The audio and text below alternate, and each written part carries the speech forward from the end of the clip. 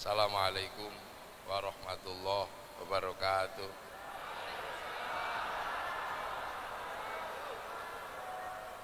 Bismillahirrahmanirrahim. Bismillah, alhamdulillah. Wassalatu wassalamu ala rasulillah Sayyidina Muhammad ibn Abdillah wa ala alihi wa ashabihi wa azwajihi wa dhurriyyatihi wa ahli baitihi wa man tabi'ahum bi ihsan ila yaumil qiyamah. Alhamdulillah, kita ini masih diberikan rahmat oleh Allah untuk merasakan nikmatnya mendapatkan nikmat iman dengan dimong dengan dimong itu. Jadi diasuh oleh para ulama. Sebab apa? Manusia ini oleh Allah memang selalu diberikan pengasuh untuk biar tidak lupa bahwa kita ini punya tanggung jawab kepada Allah. Nah, manusia ini selalu dikasih pengasuh. Jadi ada pengasuhnya dan belum pernah lepas. Manusia itu dikasih pengasuh. Pengasuh manusia pertama Nabi Adam. Ini yang ngasuh ketika manusia masih besar-besar. Ketika manusia masih 60 dhira'. Satu dhira' itu segini. Kalau 60 gini berarti sekitar 50 meter. Nah, itu pengasuhnya Nabi Adam alaihi salam. Kemudian pengasuh berikutnya yang ngasuh manusia namanya Nabi Idris, yang akhirnya biasa kita lagukan kalau masih anak-anak dulu. Adamun Idrisun Nuhun Hutuma Soleh wa Ibrahimu kulun muttaba Lutun wa Ismailu Ishaqu kada Yaqubu Yusufu wa Ayyubu kada Syu'aibu Haruna wa Musa wal Yasa Dzulkifli Dawudu Sulaimanut taba Ilyasu Yunusu Zakaria Yahya Isa wa Toha Khotimun Ta'goya. Itu adalah sebuah nazom yang dikenal dengan nazom Aqidatul Awam ya. Yang dikenal dengan nazom nazom Aqidatul Awam.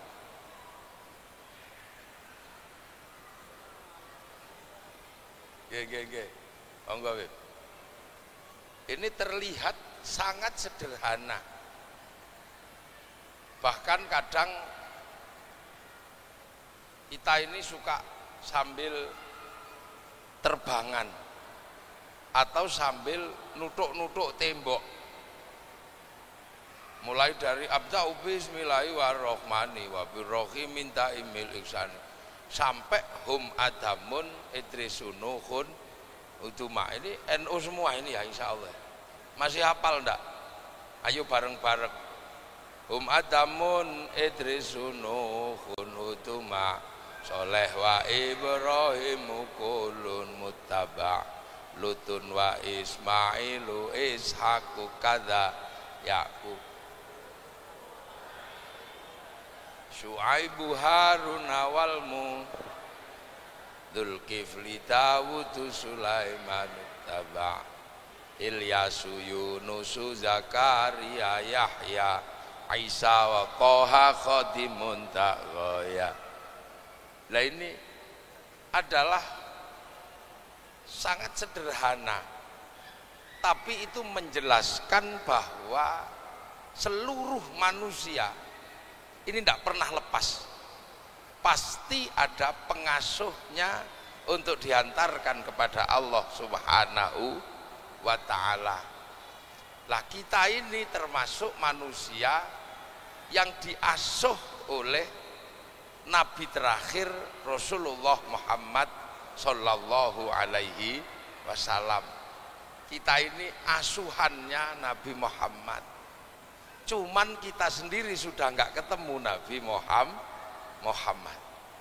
Jadi kita ini asuhannya Nabi Muhammad, tapi kita enggak ketemu sama Nabi Muhammad.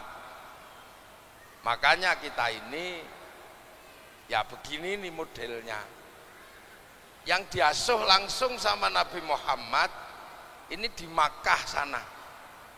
Namanya sahabat. Kemudian Rasul meninggal, sahabat ini ngasuh generasi berikutnya namanya tabi'in. Lah tabi'in meninggal, ditinggal sahabat, ngasuh generasi berikutnya namanya tabi'ut tabi'in. Lah tabi'ut tabi'in ngasuh generasi berikutnya namanya tabi'ut tabi'in. Lah kita ini asuhannya siapa? Asuhannya al-ulama warasatul anbiya. Kita ini pengikut Rasulullah tapi di bawah asuhan para ulama. Makanya biar kita ini enggak lupa bahwa kita ini adalah hanya asuhannya para ulama, maka kita dibikinkan wadah namanya Nahdlatul Ulama. Iben gak lali, biar gak lupa kalau kita ini berkedudukan muridnya ulama, walaupun namanya gak gagah. Nahdlatul Ulama ini namanya gak gagah tapi menyelamatkan. Ada yang gagah, Ansarut Tauhid, itu gagah namanya, keren. Bagi anak milenial itu top, itu Ansarut Tauhid. Ada namanya apa? Ini terakhir ini, Front Pembela Islam, gagah. Nah, iya, ada ini gagah, namanya gagah, membanggakan. Yang satu yang besar ada namanya, ya misalnya Muhammadiyah, itu kan gagah namanya kan, bolone Nabi Muhammad itu kan gagah. Terus Majelis Tafsir Al-Quran itu kan gagah. Nek Nahdlatul Ulama itu kan enggak patek keren. Karena ulama itu kalau di kampung namanya kiai. Lah kiai itu kadang utang rokok barang. Iya, gak keren. Sarungnya ya paling 50.000. Makanya, tapi ini nama jimat ini yang akhirnya menyelamatkan orang sadar betul kalau pangkatnya muridnya ulama. Karena milenial ini membuat orang lupa. Sekarang banyak orang di generasinya ulama tapi nggak mau dimong sama ulama, langsung minta diasuh sama Sahih Bukhari Muslim ini yang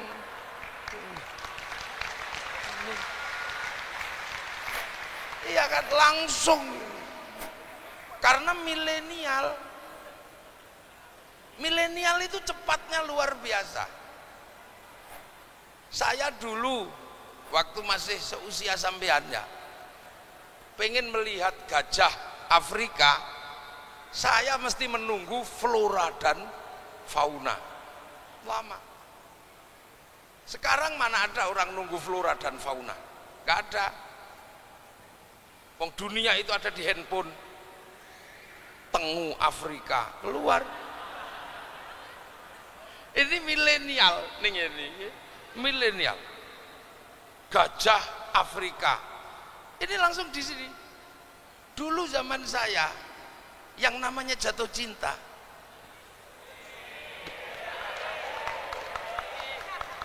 Itu menyakitkan.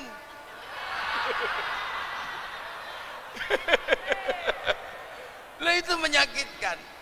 Menulis surat cinta, kertasnya warnanya pink, baunya wangi, terus ditulis kirim ke pos, seminggu berdebar-debar. Ini zaman saya, Dek, aku tahu engkau di sana. Aja guyu toh. Ini sekedar contoh milenial dan bukan ini. Saya bukan produk milenial tapi ngalami milenial. Dek, aku tahu kau di sana. Ada dalam penjara suci. Anu neng ini kalau bahasa Inggrisnya itu di holy prison. Oh, di penjara suci. Loh ya. Jarak yang jauh tidak memungkinkan kita untuk bertemu. Tapi aku yakin kerinduan kita hari ini kita berada di bawah sinar rembulan yang sama. Terus dikirim ke pos, terus berdebar-debar sampai lihat cagak itu seperti lihat wajahnya. Rindu itu berat. Jangan rindu. Rindu itu berat. Nah, anak milenial itu enggak ngerasakan itu. Langsung dipoto jepret gitu kan. Terus dikirim. Terus bawahnya ditulisi mah itu. Ini anak milenial. Rayuannya juga aneh. Kalau zaman saya rayuannya, Dek, wajahmu seperti purnama. Anak milenial nggak mengenal itu. Dek, kenapa Mas? Apakah bapakmu sipir penjara? Kenapa? Karena engkau mampu memenjarakan aku dalam hatimu. Iya nih, ini milenial. Nah, pada saat yang sama orang sekarang belajar agama ini juga mudah, langsung diketik aja hadis tentang wudu, keluar itu. Bukhari keluar. Apa yang terjadi? Akhirnya sekarang manusia ini bisa belajar sampai ke sumber. Langsung pada sumbernya karena bisa ngakses secara langsung. Hasilnya apa? Rata-rata terus lupa kalau mereka ini bukan eranya sahabat. Langsung begitu bisa baca ke sumber langsung, perasaannya hidup di zaman Rasulullah. Lah maka sekarang banyak orang tiba-tiba melupakan ini tahun 2019, langsung ngelompat ke sini. Makanya banyak yang konslet. Kejauhan ini ngelompatnya. Nah inilah. Ini milenial itu menghasilkan generasi seperti ini. Yang akhirnya tidak ada lagi yang ngasuh. Gak ada pengasuhnya. Kita dulu ngaji di depan kiai ada yang ngasuh, dapat ilmu, dapat akhlak. Sekarang nggak ada pengasuhnya. Yang ngasuh adalah dunia virtual. Iya, milenial. Langsung dunia virtual, langsung diasuh sama Syekhul Googli. Langsung diasuh di sini. Maka orang mengalami kehilangan 4 lompatan hermeneutika. Nah, ini tak, saudara kiai milenial ini. Orang mengalami kehilangan 4 lompatan hermeneutika. Hermeneutika 1, Rasulullah itu mengalami fase namanya real life, kenyataan hidup. Yang tahu ya Rasulullah dan para sahabat. Kemudian mengalami lompatan kedua namanya narasi, cerita. Nah, setelah itu ngelompat ke hermeneutika 3 namanya historiografi, penulisan. Nah, keempat namanya ideologi. Ini fase sebenarnya adalah fase sudah dalam dunia keyakinan. Begitu orang ini ngelompat ke sini karena ketemu dengan sumber cerita langsung, dia lupa bahwa ada yang hilang. Makanya jangan salahkan kalau akhir-akhir ini NU agak sedikit kerepotan. Kenapa kerepotan? NU mengajarkan pendidikan keagamaan dengan caranya ulama. Orang milenial pengen langsung belajar sesuai dengan yang ada di sumber. Iki ana sing ilang. Inilah. Iki jenengane nek cara pesawat niku jet lag. Nek cara peradaban namanya missing link, ada mata rantai yang hilang. Sehingga kemudian orang mengandaikan hidup kembali seperti zaman Rasulullah.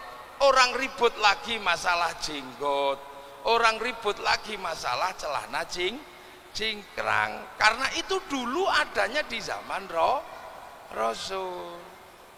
Kembali minum kencing unta. Tapi kenapa itu tidak terjadi di Nahdlatul Ulama? Kenapa yang begitu-begitu itu nggak ada di NU? NU tetap berada dalam asuhan para ulama. Ini NU tetap berada pada asuhan ulama. Nah, ulama inilah ujung tombak Islam semakin jauh, yang semakin jauh dari Rasulullah. Lah bejo sampean ini mampu bertahan menjadi muridnya ulama. Kenapa? Karena Nahdlatul Ulama. Loh ini sekarang. Jadi memang ini bejo, orang sekarang kok mau dimong sama ulama itu bejo. Begitu tidak dimong sama ulama, apa yang terjadi? Runtuhlah peradaban yang sudah dibangun oleh sedemikian panjang semenjak zaman Rasulullah. Nah, ini yang terjadi. Makanya nama ini memang keramat, memang nama ini. Nama ini keramat. Kenapa? Selalu mengingatkan bahwa kita ini muridnya ulama. Dan ulama itu sekarang yang ada ini, yang NU ini, ulama yang ada di Indonesia, yang sudah mengalami beberapa asam garam bagaimana menanam Islam di negeri yang jauh. Ulama ngerti ini Indonesia. Suruh pakai jubah, ya nggak jalan di sini. Jubah itu di sana. Makanya ada ilmu namanya ahli sunnah wal jamaah. Nah, ahli sunnah pertama ini ya Rasulullah dan sahabatnya wal jamaahnya ini. Nah, wal jamaah berikutnya berkembang terus. Lah kita ini wal jamaahnya ulama, al ulama warasatul ambiya. Maka coraknya ya di mana ulama itu ada, dan itu di Indonesia. Suruh korban pakai sapi, pakai onta, wal jamaahnya ulama sini nggak memungkinkan, karena di sini Indonesia lahirnya kerbau sapi. Memaksakan diri korban pakai onta, ditangkap polisi. Urusan jenggot tidak lagi ribut karena ulama di sini ketemu dengan ras Mongoloid, bukan ras Smith. Makan 3 jari tidak memungkinkan di sini. Sana kurma, di sini soto Betawi. Loh, ini loh, maka ada ahli sunnah wal jamaah ini berkembang. Ini maka ada ijma, ada qiyas. Lah ini. Jadi jeneng ulama ini keramat memang. Makanya yang paling aman itu ya ikut NU, paling aman udah. Tarweh aman. Ini kan yang sekarang lagi ribut kan Kiai Said ini ya. Yang tidak NU salah ya. Bukan itu maksudnya, udah diklarifikasi. Tapi kalau saya lebih seneng ikut NU itu aman. Tarweh yang lain 8, NU 20 jelas lebih aman. Kalau seandainya nanti yang benar itu 8, orang NU punya sisa 12.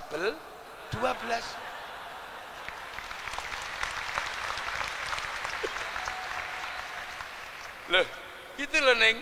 Jadi NU itu aman. Kalau sana nanti tarweh itu bener-bener yang bener kok 8, lah NU masih punya sisa 20. Nah kalau nanti yang bener itu yang 20, nah yang kurang 8 cari, yang kurang 12 cari di mana? Nah aman saja, sederhana kok. Ahlussunnah wal Jamaah ya. Sholat NU aman kalau sholat. Kenapa? Karena kiainya mau mundur, nungguin makmum. Kalau yang lain kan langsung sholat, adzan, qomat, sholat. NU aman sampean. Apalagi yang di kampung-kampung yang masih di sawah. Allahu Akbar, Allahu Akbar. Aman. Nanti mundur. Rabbana ya Rabbana. Sambil ngantuk-ngantuk. Ada datang satu malah rokokan. Ini kan kiainya sabar. Tombo ati, capek nambani atine dhewe nggih. Kalau sudah nggak datang cowapek baru ngamuk. Diuruki anjangan yang baru datang. Aman sampean melu NU, gelem ngenteni. Lu sama. Kita ini nggak ketemu Rasulullah cuman sama Allah diajarkan innallaha wa malaikatahu yusholluna 'alan nabi ya ayyuhalladzina amanu shollu 'alaihi wa sallimu taslima. Aman. Karena NU itu menjalankan sholawat sehingga dikenal dengan nama sholawatan.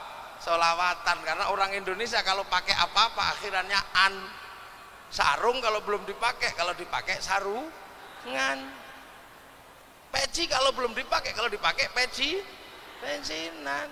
Ngaji kalau belum dipakai, kalau dipakai pengajian akhirannya an. Maka sholawat kalau dipakai sholawatan. Lah kita ini nggak ketemu Rasul tapi disuruh jatuh cinta. Lah caranya seperti apa? Ya hanya NU yang bisa ngajari dengan sholawatan. Iya, akhirnya Kanjeng Nabi Muhammad lahir nang Mekah dinone Senin 12 Mulut. Oh iso ini ra NU ra iso itu. Aman, sampean sing bodoh-bodoh aman. Muridnya ulama aman. Ya kan, yang muda-muda, yang dimong para habaib, ya dengan gaya mudanya. Marhaban ya nurul aini, marhaban, marhaban, marhaban. Marhaban. Nah, di tempat lain belum tentu bisa. Ini NU. Sing senengane durur. Wassalamun mustamirun. Dia sallallahu ala marhaban.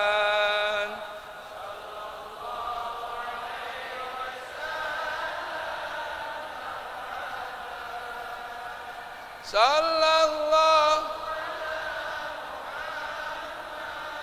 marhaban.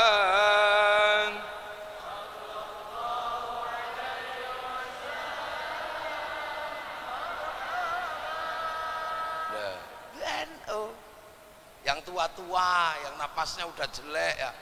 Allah ya Nabi, assalam. Nyantol nih. Ibu-ibu yang senengannya Bang Haji Rumah Irama bisa sholawatan dengan cara dangdut.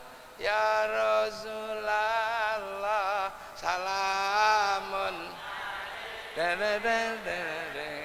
Rabb Rafi'a Atafatayyaji ya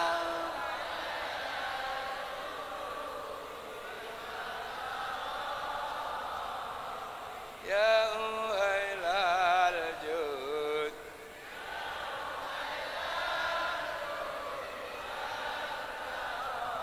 duhai senangnya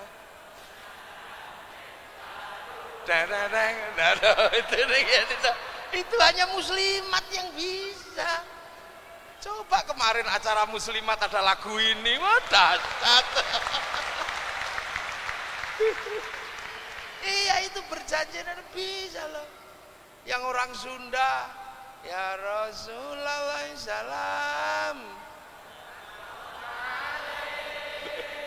ya Rabbi Asya, Iwataraji, Advataya Jiratal, ya Uhailal Ju, Eslilin Macuci, dengan sudah yang diajari Habib Syekh, ya Hanana, ya Hanana, ya Hanana, ya Hanana, Nabi Muhammad.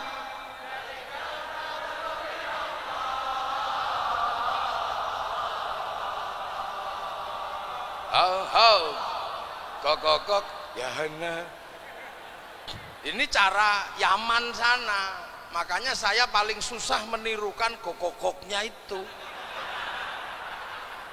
Kalau depannya taruhan saya sama Habib Syekh, bagus saya. Kalau depannya kokoknya ya nggak bisa. Nah ini model baru, orang Indonesia banyak yang tidak ngerti, artinya nggak ngerti.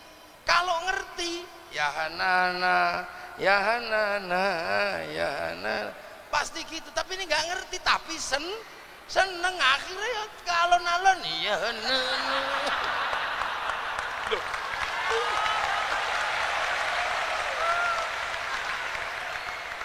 Ini fenomena baru, solawatan nganggo gende. Iki anyar, cilik saya ndak ada. Bahkan ada bendera sleng naik, bendera Iwan Fals. Ini baru. Loh inilah. Loh makanya akhirnya muridnya ulama itu diem-diem bisa mencintai Rasulullah. Yang tidak ikut ulama ngerti solawat tapi tidak mau solawatan. Makanya ngerti solawat tidak tumbuh mahabbah. Makanya kalau ada orang solawatan sewot, karena dia nggak ngerti ngapain solawatan kok begini-begini itu. Lah ini sudah masuk ke tahapan mahabbah. Makanya ya Nana itu hulu berlebihan. Masa orang solawatan pakai joget? Loh dari dulu cinta itu berlebih, biasa aja. Cinta itu ekspresif, ketemu pacar jauh, yes. Ya, ya. Cinta itu tidak usah terus apa itu, anta syamsun, anta badrun, hulu berlebihan. Biasa aja bagi anak muda NU, itu tidak berlebihan, karena cinta itu memang berlebihan dalam merayu dek, wajahmu seperti purnama. Ini cinta. Apa itu musyrik? Ya Rabbi bil Mustafa balik maqasidana. Kalau itu musyrik, rayuan cinta juga musyrik dek. Aku tidak ketemu denganmu sehari saja, mati aku.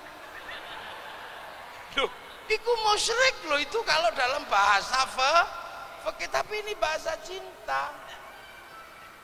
Saya sering contohkan, makanya Bang Haji Rumah Irama pun ketika jatuh cinta kalimatnya musyrik, ku tahu rumus dunia. Musyrik emang kamu ngerti rumusnya dunia? Cinta itu berlebihan. Ini saya ngerti namanya muridnya ulama yang nggak mau dimong ulama, nggak ngerti begini. Loh ini loh, karena kita ini muridnya ulama. Lah kalau murid Rasulullah langsung ya Assalamualaikum ya Rasulullah. Makanya besok paling di akhirat kalau ketemu kan Assalamualaikum ya Rasulullah, sahabatku. Lah orang sini ya Nabi salam alaika. Dari mana kata Rasul? Dari Jawa ya Rasul. Loh kok lagumu aneh? Iya ini perahu layar.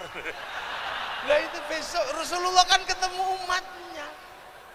Loh ini kesaktian kalimat Nahdlatul Ulama. Orang ngerti pangkatnya.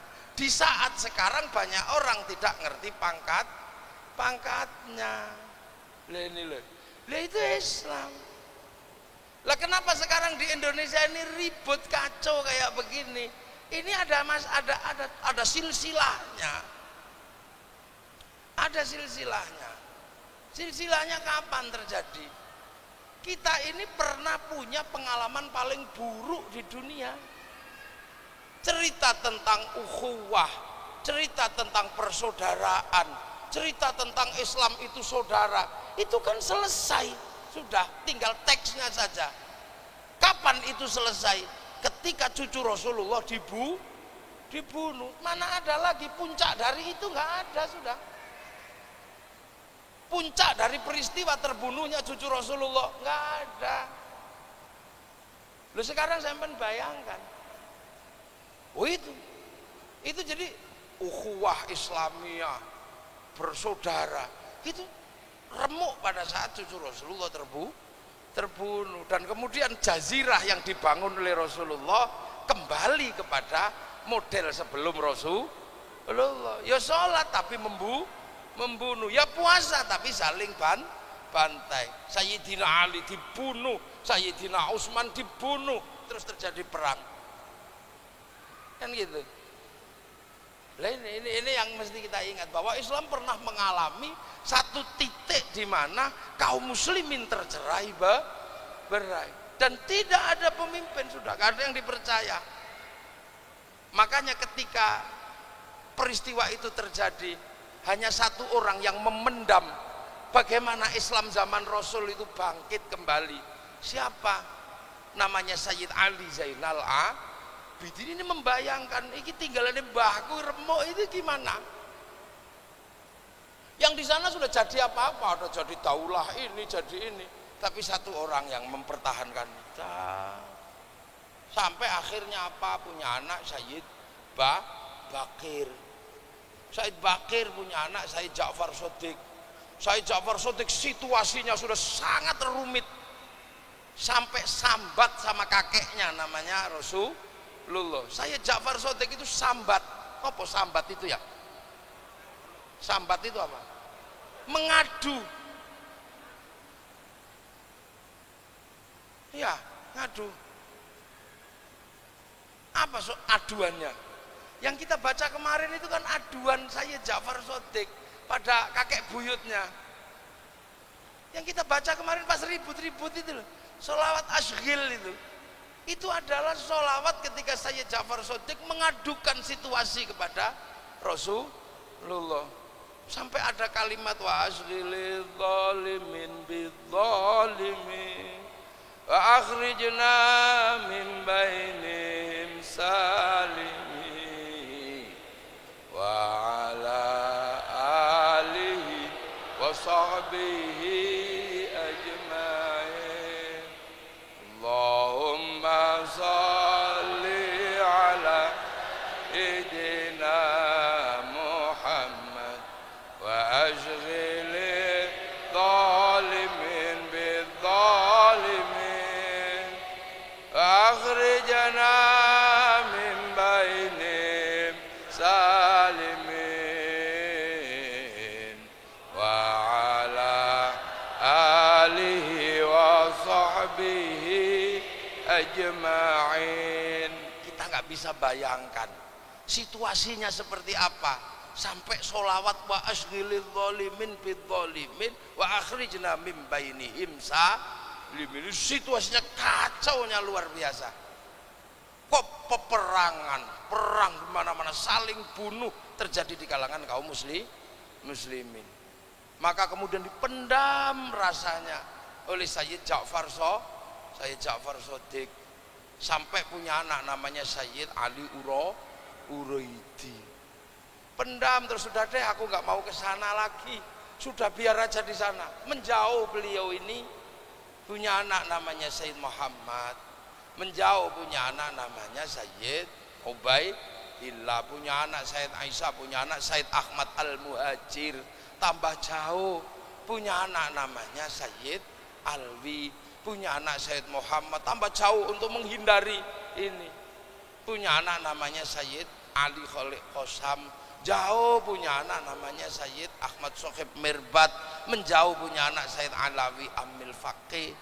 Nah, menjauh baru kemudian punya anak yang sedikit mampu mewujudkan cita-cita zaman awal lahir Sayyid Abdul Malik, mewujudkan itu di Mongol. Punya anak Sayyid Ahmad Jalaluddin bergeser ke Campa. Di Campa punya anak Sayyid Muhammad bergeser ke Pasir. Lah punya anak Sayyid Jamaluddin Al-Husaini Al-Kabir masuk ke Nusantara. Lihat sampean babuyute kecil-kecil, jelek-jelek, pesek-pesek, rembes. Ini gimana ini? Untuk menciptakan, membawa ajaran Rasul. Kemudian punya anak namanya Sayyid Ibrahim Asmoro Kondi. Lah punya anak Raden Rohmat Sunan Ampel. Mah ini baru kita mulai kebagian agamanya Allah Subhanahu wa ta'ala. Gimana cara di Arab ributnya seperti itu padahal satu bangsa. Lah di sini bagaimana keadaannya ketika berhadapan dengan puluhan bangsa ini? Bagaimana Islam mensikapi situasi seperti ini? Disinilah ketemu wa ja'alnakum syu'uban wa qabaila lita'arafu. Bagaimana memperkenalkan dalam situasi yang sulit seperti ini? Disinilah akhirnya membangun citra Islam yang ada di Nusantara. Mulai ketemu dengan Hindu, mulai ketemu dengan Buddha, mulai ketemu dengan agama lokal, sampai akhirnya mampu bikin formulasi model Islam yang ada di Indonesia. Model Islam di sini berhadapan di sini gimana situasinya? Kayak gini, ketemu Hindu, maka kemudian ada rumus yang dipakai, mathaluhum fit Taurat wa mathaluhum fil Injil kazar'in akhraja syat'ahu fa'azarahu fastaghlaba fastawa ala suqih yu'jibu zurra al-yaghidhu bihimul kuffar. Gimana cara nanem Islam? Maka ditanamlah agar tidak menjadi agar Islam menjadi rahmat baru di sini. Allah pangeran, musola langgar, syaikhun ustadzun kiai dengan cara sini. Sunan Ampel mengembangkan rumus ini, punya murid-murid yang bergerak ke timur namanya Datuk Ribandang, bangun kekuasaan di Sulawesi. Hatib Dayan bergeser ke Kalimantan, bangun kekuasaan di Kalimantan. Yang bergeser ke Sumatera bergerak namanya Aryo Abdillah, membentuk kekuasaan sampai akhirnya berdiri Demak, berdiri apa. Nah, yang di Timur Tengah apa? Tumbuh kekuasaan besar namanya Daulah Utsmaniyah yang ada di Turki. Di sini berbeda, di sini tidak kesentuh sama sekali yang namanya daulah. Di sini trial and error. Bahkan Islam di sini ketika diajar sama Portugis sendiri orang sini ngadepi. Tidak ada yang bantu. Kesultanan Malaka diajar Portugis tahun 1515 sendiri, gak ada yang bantu. 350 tahun perang sendiri, tidak ada yang bantu. Sampai akhirnya dengan kecerdikan para ulama menghasilkan apa? Puluhan bangsa bersatu dalam satu negara, Kesatuan Republik Indonesia. Ini dan ini diteruskan terus. Punya murid, punya anak namanya Sunan Bonang. Sunan Bonang ajarannya teruskan Sunan Kalijaga. Sunan Kalijaga ajarannya diteruskan Sunan Geseng, diteruskan Mbah Sambulasem, teruskan Mbah Pangeran, diteruskan sama Mbah Jabar, teruskan Mbah Sufyan, teruskan Mbah Abdul Halim, teruskan Mbah Abdul Wahid, teruskan Mbah Khairon, teruskan Mbah Asy'ari, punya anak Kiai Hasyim Asy'ari, pendiri Jam'iyah Nahdlatul Ulama. Ini gila ya. Nah ini jadi NU itu berdiri 1926 sebagai apa? Sebagai Jam'iyah, tapi isine NU bergerak dari zaman Rasulullah sampai ke Nusantara secara utuh, tidak dikurangi satupun. Tapi diwadahi tahun 1926 lahir Jam'iyah. Kenapa? La islama illa bi quwwatin wala quwwata illa bi jama'atin wala jama'ata illa bi imaratin wala imarata illa bi ta'atin la ta'ata illa fi ta'atillah. Islam tidak akan kuat tanpa Jam'iyah. Islamnya sudah ada, dikuatkan dengan bikin Jam'iyah Nahdlatul Ulama. Wala jama'ata illa bi imaratin, dan tidak ada kekuatan Jam'iyah tanpa kepemimpinan. Maka ada pengurus besar Jam'iyah Nahdlatul Ulama, ada pengurus wilayah. Nah ini akhirnya dengan kepengurusan ini menjadi tenaga yang memperkuat Islam yang ada di Indonesia. Belanda datang dilawan. Kenapa? Karena para wali meninggalkan wilayah Nusantara, ditinggali Islam, ditinggali wilayah. Belanda minta agar santri di sini belajar kepada Belanda, santri tidak mau. Man tasyabbaha biqaumin fahuwa minhum, mendirikan pesantren. Makanya sampai Belanda pusing dengan santri. Santri pakai Belanda pakai sarung, pakai celana, santri pakai sarung. Belanda pakai jas, santri pakai baju koko.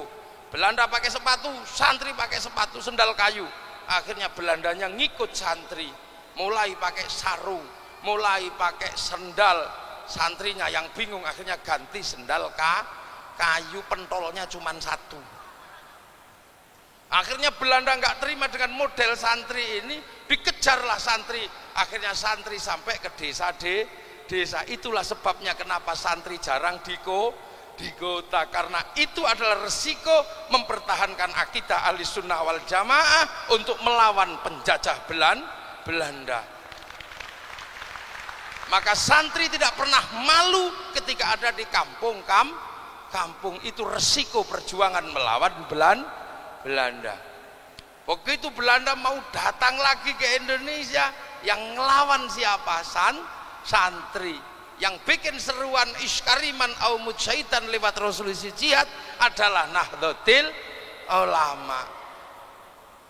65 mempertahankan bangsa ini dari kekuatan radikal kiri dan radikal kanan. 81 menerima asas tunggal Pancasila. Ini NU perjalanannya panjang.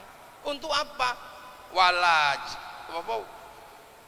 Wala imarata illa bita'atin. Tadi dari kepemimpinan ini memang harus ada ketaatan. Cuman sekarang ini masalahnya, ketika di sini sudah jadi model keislaman ahli sunnah wal jamaah ala thoriqati Nahdlatul Ulama, yang di sana remuk, yang di Timur Tengah dulu di bawah lindungan Turki Utsmani remuk, sehingga sekarang di sana tidak ada perlindungan. Kenapa? Turki Utsmani sebagai sebuah daulah yang melingkupi seluruh kaum muslimin dikhianati sama Saud, dikhianati sama Saud, sehingga jebollah kaum muslimin di Timur Tengah, runtuh semua karena dikhianati sama perjuangan Ibnu Saud. Dan oleh Ibnu Saud perjuangan mendirikan daulah itu diberikan kepada Amerika lewat Aramco, Arab American Corporation. Nah sekarang Amerika ngantem kaum muslimin, maka sekarang kemudian ada perlawanan. Di Mesir lahir Ikhwanul Muslimin, di Filistin lahir apa? Hizbut Tahrir, di Afghanistan lahir Taliban. Tapi yang di sana sekarang semua sudah berhenti, semua kembali kepada negaranya masing-masing. Dominasi dan perlawanan mereka terhadap Amerika berhenti. Ketika mereka berhenti, ternyata bangsa mereka pengen menata dengan cara yang lebih baik, sehingga Ikhwanul Muslimin tersingkir dari Mesir, Hizbut Tahrir tersingkir dari Filistin.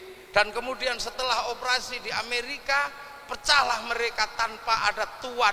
Mereka menjadi orang-orang liar, lahir Al-Qaeda, lahir ISIS. Jadi di dunia sekarang ini banyak sekali jam'iyah yang tidak bertuan. Kalau dalam bahasa samurai ini adalah ronin. Apa ronin? Samurai tidak bertuan. Dan sekarang mereka sedang mencari tuan. Mereka datang sebagian besar ke Indonesia. Di Indonesia tidak punya tempat, tapi pengen mendapatkan tempat, maka kemudian akan menghancurkan jam'iyah yang sudah ada. Inilah maka kemudian jam'iyah yang sudah ada, bagaimana dihancurkan? Bukan dari jam'iyahnya, tapi dihancurkan dari ketaatannya kepada pemimpin. Maka saat inilah terjadi wala imarota illa bi taatin, diolo untuk apa? Menghancurkan kepemimpinan agar mereka bisa masuk dan menempati ruang baru, di mana ruang itu diharapkan tanpa pemimpin. Ini sekarang situasinya yang sedang terjadi. Maka sampean tidak usah kaget. Mereka ini sedang datang ke negeri manapun.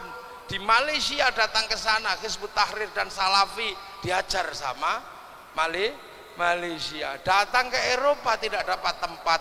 Lah datang ke sini ada NO.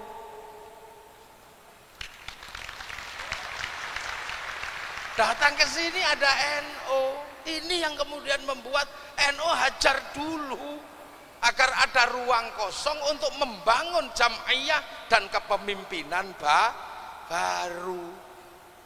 Ini yang terjadi hari ini. Maka sampai tidak usah pusing bahwa NU memang lagi diajar kepemimpinannya, dijelek-jelekin untuk apa? Meruntuhkan imaroh di Indonesia, meruntuhkan ketaatan. Untuk apa? Agar orang-orang liar yang tidak bertuan ini bisa masuk ke Indonesia. Setelah terbuang di Eropa, setelah terbuang di Filistin, setelah terbuang di mana-mana, mereka menjadi organisasi yang liar dan masuk ke Indonesia mengharapkan mendapatkan tempat di Indonesia. Maka mereka berbicara tentang ukhuwah. Tapi pengalamannya selalu begitu. Ukhuwah begitu terjalin, mereka akan menjadi mandiri. Karena apa?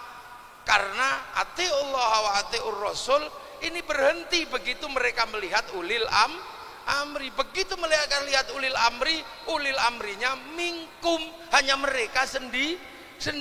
Yang lain tidak boleh lagi ikut menentukan ulil amri. Tapi ketika masih berbicara tentang ukhuwah, semua berbicara tentang atiullah wa atiur rasul. Begitu lihat ulil amri, mereka menyebut diri minkum, hanya mereka lah yang boleh mengendalikan ulil amri. Untung NU wis pengalaman ngadepi pasukan liar kayak begini, ronin ini.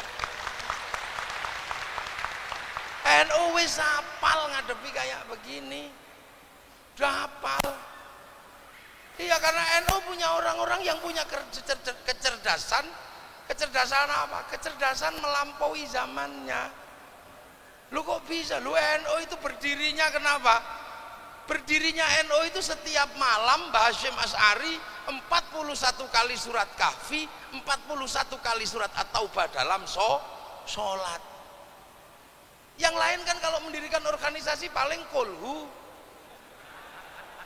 Iki Mbah Hashim ini 41 kali At-Taubah, 41 kali surat Kahfi. Maka NU jadi besar kayak begini, penumpangnya banyak dan beraneka macam. Ada yang sudah sholat, ada yang belum, ada yang senengannya baru setahun sekali lebaran, naik. NU terima semua. Ada yang masih sholat tapi sekali-sekali bandar togel, ada NU. Lengkap, ini besar organisasinya. Untung punya sopir yang luar biasa kayak Yai Miftahul Akhyar. Dan beliau ini sopirnya, makanya Yai Miftah ini kalau nyopir nggak gerasa gerusu, uang penumpangnya kayak kita ini. Nanti kalau nyopirnya banter mutah-mutah kita ini. Maka banyak yang mengatakan NU telat, NU tidak responsif, NU terlambat. Ya biasa, kendaraan besar, yang lain sedikit penumpangnya, makanya larinya cepet. Yang boleh naik yang jenggoten tok, yang nggak jenggot nggak boleh naik. Yang boleh naik yang cingkrang tok, yang lain makanya larinya cepet, weng, tapi nabrakan. Ada yang tahu-tahu nabrak sapi, ada. Ini nabrak, makanya NU itu biasa pelan gini. Jadi enggak usah heran. Karena NU ini di baris ini, makanya sampai enggak usah heran muridnya ulama, tempat pencucian. Gitu loh. Nah, ulama enggak pernah lupa. Kalau ulama itu enggak pernah lupa karena ngomong paling bawah, selalu ingat dengan dawuh Rasulullah, mayyuridillahu bihi khairan yufaqihu fid din. Siapa yang dikehendaki baik oleh Allah akan dikasih ngerti dalam urusan agama. Lah khairon di situ itu nakiro. Khairon itu kalau nakiro maknanya khairon kamilan, kebaikan yang sempurna. Lah kebaikan yang sempurna itu bukan milik manusia, maka baiknya manusia tidak sempurna. Makanya jangan merasa bahwa manusia kalau baik harus sempurna, nggak bisa. Malam hari ini jam ini yang paling baik siapa? Ya saya. Ngapunten ning apunten Yai Miftah nih. Gawe contoh nih.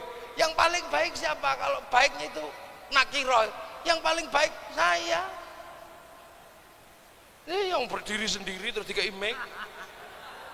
Tapi saya nggak boleh mengatakan sayalah yang paling baik, karena saya menjadi kelihatan baik karena ada panitia. Kalau nggak ada panitia yang bikin pengajian, saya nggak ada di sini lah. Kalau sudah gitu yang baik siapa? Ya ribut saya sama panitia. Nah, ini menjadi baik lagi karena ada yang duduk di sini. Kalau nggak ada yang duduk di sini, ini bukan pengajian, bukan harlah, namanya cekson. Ini jadi kebaikan itu nggak bisa berdiri sendiri, ya. Ini cekson. Makanya kaum muslimin itu muridnya ulama itu hati-hati betul kalau mikir, karena kebaikan nggak bisa berdiri sendiri. Ulama nggak bisa hancurkan Yahudi, bunuh Yahudi. Muridnya capek. Kenapa? Karena umat Islam kalau pergi haji yang nyiapkan pesawatnya orang Yahudi.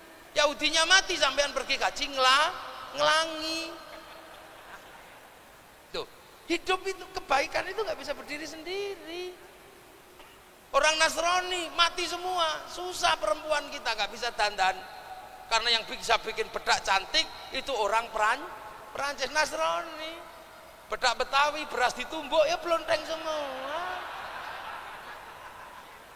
Lah makanya ulama itu nggak terus sok-sokan bikin hukum.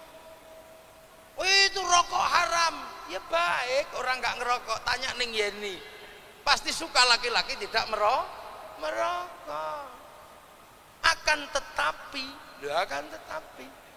Kiai kenapa nggak mengharamkan rokok? Karena rokok dasarnya tidak ada halal haram, nggak ada. Wong rokok itu nggak ada hukumnya. Jangan karena bersih baik terus berdiri sendiri mau bikin kebaikan dengan haram rokok nggak bisa. Makanya Kiai selalu nanya, kamu kenapa nggak ngerokok? Karena kalau ngerokok pusing Kiai, makruh. Kenapa kamu ngerokok? Oh, kalau nggak ngerokok malah pusing ya, wajib.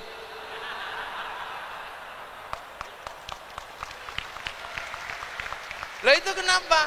Karena rokok nggak bisa berdiri sendiri. Ada cukai yang masuk ke negara 174 triliun masuk negara. Rokok diharamkan, cukainya haram, masuk APBN, APBN-nya haram. Untuk bikin masjid, masjidnya haram. Maka yang mengharamkan rokok dosa lewat sholat di masjid ini. Lah ini hukum. Dan ini muridnya ulama. Lah sekarang ini kesini semua. Makanya bahasa mereka sama. Mau bikin hoa, mau bikin apa. Biasa untuk menghancurkan ketaatan kepada pemimpin. Karena mereka telat datang. Di sini sudah mathaluhum fit Taurat atau mathaluhum fil Injil kazar'in yang baru datang menggunakan rumus wa kafa billahi syahida Muhammadur Rasulullah walladzina ma'ahu asyiddau 'alal kuffar ruhama'u bainahum tarahum ruk'an sujada yabtaguna fadlan minallah wa ridwanan simahum fi wujuhi min atharis sujud. Sementara kita sudah mathaluhum fit Taurat wa mathaluhum fil Injil kazar'in. Mereka telat datang. Kenapa? Karena enak di sana. Tapi begitu dikhianati, khilafah khalifah hancur, mereka sekarang begitu remuk. Bayangkan kembali khalifah. Lah kita dari awal dedel duel, tak ada bantuan khalifah. Maka sekarang Turki runtuh menjadi puluhan bangsa, sementara kita malah puluhan bangsa menjadi satu negara kesatuan Republik Indonesia. Ini ya lho NU. Makanya sampai ojo kaget ditinggali Islam sama para wali dipertahankan, ditinggali wilayah dipertahankan, Islam harga mati, NKRI harga mati. Kenapa? Lah karena hanya NU yang menyatakan penerus Wali Songo, liane ndak ada. Maka bahkan ada yang mengatakan Wali Songo nggak ada. Kenapa? Karena Gajah Mada sudah Islam, namanya Gajah Mada. Ya tapi saya jengkel, gimana Gajah Mada kok Islam menurut kamu? Ya itu sudah Islam Kiai, kamu aneh. Saya mendoakan orang mati, kamu bilang musyrik. Lah kok malah kamu ngislamkan orang mati? Lah maka kemudian yang alok-alok Wali Songo nggak ada. Ini semua jenggotnya panjang, ada namanya Zainal Abidin, ada Badrus Salam. Ini yang alok-alok Wali Songo nggak ada. Wali Songo fiktif. Akhirnya Kiai Said yang bales, dasar orang kalau jenggotnya panjang itu goblok. Akhirnya mereka bales, Kiai Said yang goblok. Penerus Wali Songo kok mengatakan orang berjenggot itu goblok, padahal seluruh Wali Songo itu berjenggot. Lah katamu kemarin nggak ada, kok sekarang ada dan berjenggot. Itu asalnya. Jadi ini makanya begitu Malaysia tahu, Ronin datang itu, Hizbut Tahrir, Ikhwanul Muslimin keluar dari Mesir tak bertuan masuk ke Malaysia, diajar sama Malaysia. Dan Malaysia diserahkan kembali sama si Upin dan si Ipin. Bahwa Malaysia tidak bisa lepas dengan India, dikenalkan dari kecil dengan tokoh namanya Jarjit. Malaysia nggak boleh lupa berhubungan dari dulu dengan Cina, maka kemudian si Upin dan si Ipin dikenalkan dengan tokoh Mei. Mereka nggak boleh lupa dengan Indonesia, bikinkan tokoh Susanti. Itu cara Malaysia. Lah kita caranya NU apa? Ya kita kembali dengan cara ulama. Yang satu kembali dengan cara virtual, dunia maya. Makanya kemudian kiai tertingginya namanya Google, karena tidak punya kiai real maka tidak ada khol. Coba kalau ada kiainya yang asli manusia pasti khol. Berhubung tidak punya guru ya nggak ada khol, nggak punya guru. Wong gurunya Google masa dikholi.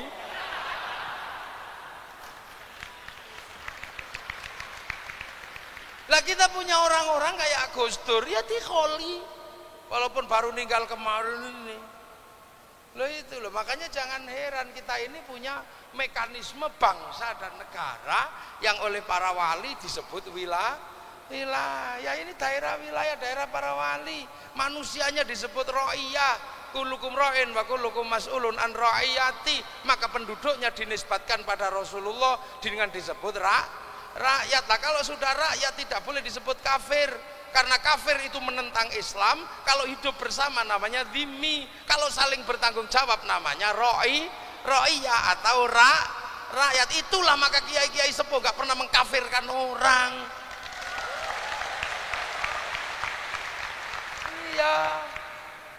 Terus kemudian kalau ra'iyah ini ngumpul disebut musyawarah, namanya wasyawirhum fil amri. Kalau musyawarah jangan menang-menangan sendiri, maka musyawarah yang tidak menang-menangan sendiri dalam Quran disebut tafassahu fil majalis fafsahu yafsakhillah, maka kemudian disebut majelis. Kepemimpinannya wasi'a kursiyus samawat, maka kedudukannya disebut kursi. Bahasa musyawarah, bahasa ra'iyah, bahasa kursi, bahasa majelis ini bukan bahasa tongkrongan, ini bahasa resmi Undang-Undang Dasar Negara Republik Indonesia. Makanya kalau mau cari negara dengan struktur paling Islam ada di Indonesia. Makanya para petualang baru Ronin ini nggak ngerti kalau di sini sudah Islam, karena mereka baru datang nggak ngerti bahasa yang ada di Indonesia. Ini loh, amma ba'du. Ini baru muqaddimah. Nah belum mulai saya ini baru amma ba'du. Lah ya makanya NU itu tenang dari dulu, nggak usah khawatir. 60-an kenapa kerjasama dengan PKI dalam Nasakom? Karena Indonesia diancam oleh radikal kanan, DITI, IPRRI Permesta, dan PKI waktu itu ngomongin bangsa. Maka ketika ngomong bangsa, NU berteman. Tapi begitu PKI berkhianat pada bangsa Indonesia, yang bergerak pertama kali siapa? NU, jangan salah. Terus kemudian Pak Harto berkuasa. Begitu Pak Harto berkuasa, NU ditaruh mana? Ditaruh di P3 sama Pak Harto. Akhir sikut-sikutan di dalam kereta namanya P3, sampai kiai-kiai jengkel banget sama Pak Harto. Hadirin, kalau mau tawaf, mau ke Ka'bah mau apa? Mau tawaf, mau haji. Kalau ke Beringin mau apa? Ngiseng, itu ada dulu. Ada seperti itu. Tapi Pak Harto butuh kestabilan bangsa dan negara, maka diberlakukan asas tunggal Pancasila untuk membendung radikal dan kiai-kiai hampir nggak mau. Tapi oleh Gus Dur bermain, Gus Dur dalam situasi seperti ini kepanggil sama ya Ahmad Siddiq, tolong ya bikin ukhuwah watoniyah basyariah Islamiyah. Untuk apa? Untuk membawa bahwa NU ini punya persaudaraan bangsa, punya persaudaraan manusia dan persaudaraan Islam. Akhirnya sadar. Akhirnya NU mulai ngerti di bawah kendali Gus Dur. Dan Gus Dur melakukan permainan level tinggi. Bapaknya Mbak Yeni. Ketika Pak Harto, loh, tepuk tangan sing banter, tidak apa-apa. Ini permainan yang kita orang pusing, orang kecil pusing. Kenapa? Karena Pak Harto kemudian mengganti M. Yusuf dengan Benny Murdani. Karena M. Yusuf gak berani ngamankan pemilu. Ini ketulik sudah. Orang marah ini Pak Harto ketulik karena ngangkat Benny Murdani. Bikin CSIS, ketua Cina, Bian Kun ini ya. Cina ketulik lagi orang wah. Tapi Gus Dur tahu ini bangsa terancam. Maka Gus Dur kemana-mana jalan dengan Pak ini Gus Dur diteriaki, Gus Dur kafir, Gus Dur tenang aja. Wong kamu nggak ngerti aja kok, paling gitu. Gitu aja kok repot. Loh. Sampai akhirnya apa? Akhirnya ini yang kemudian terjadi. NU sudah siap konsolidasi untuk menerima apa? Menerima asas tunggal Pancasila. Kenapa? Karena Pancasila itu kebutuhan bangsa dan negara. Pak Harto itu pemerintah bisa berganti, maka NU menerima asas tunggal Pancasila, tapi dengan Pak Harto tetap melawan, tidak kemana-mana, tapi berada di mana. Kata Pak Harto, kalah aku kalau gini sama Gus Dur. daripada kita nggak ketahuan Gus Dur itu di mana. Mbak Tutut suruh ikut, maka Mbak Tutut kemana-mana ngikuti Gus Dur. Lah kata Gus Dur, wong naik bis ya harus bayar. Maka kemudian pesantren-pesantren dapat dari Mbak haram tidak? Ya enggak. Kalau sebelumnya riswah, kalau ini ujroh, ongkos naik kendaraan. Nah habis itu Gus Dur nyopir, itu Gus Dur yang cerita sendiri. Gus Dur nyopir gitu, ngantuk-ngantuk, Mbak Tutut tidur di belakang. Gus Dur capek, akhirnya Gus Dur berhenti, Mbak Tutut tidur. Gus Dur menaikkan satu penumpang, namanya Bu Megawati. Begitu Mbak Tutut bangun kaget, kok anaknya Bung Karno yang naik. Akhirnya cakar-cakaran di dalam berdua itu, ditinggal tidur sama Gus Dur. Akhirnya meledak peristiwa 27 Juli. NU tidak jadi ngelawan negara, yang tabrakan sesama kaum politik. Dua singa capek berkelahi, ya yang ngomong singa yang jadi presiden. Sederhana sebenarnya. Makanya jangan kau katakan NU itu bodoh. NU tidak bodoh karena ketua Jam'iyah Nahdlatul Ulama jadi presiden Republik Indonesia. Assalamualaikum warahmatullahi wabarakatuh.